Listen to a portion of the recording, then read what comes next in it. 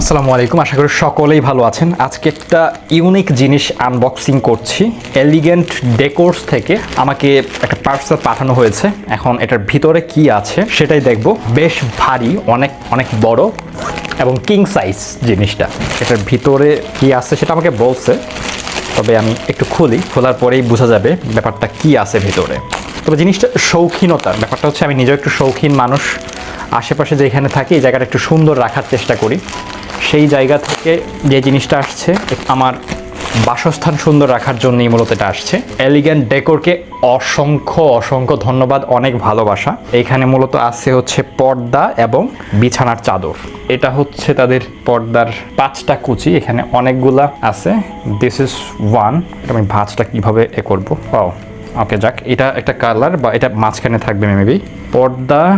এটা মেবি পর্দা এবং এখানে এটা মেবি বিছানার চাদর।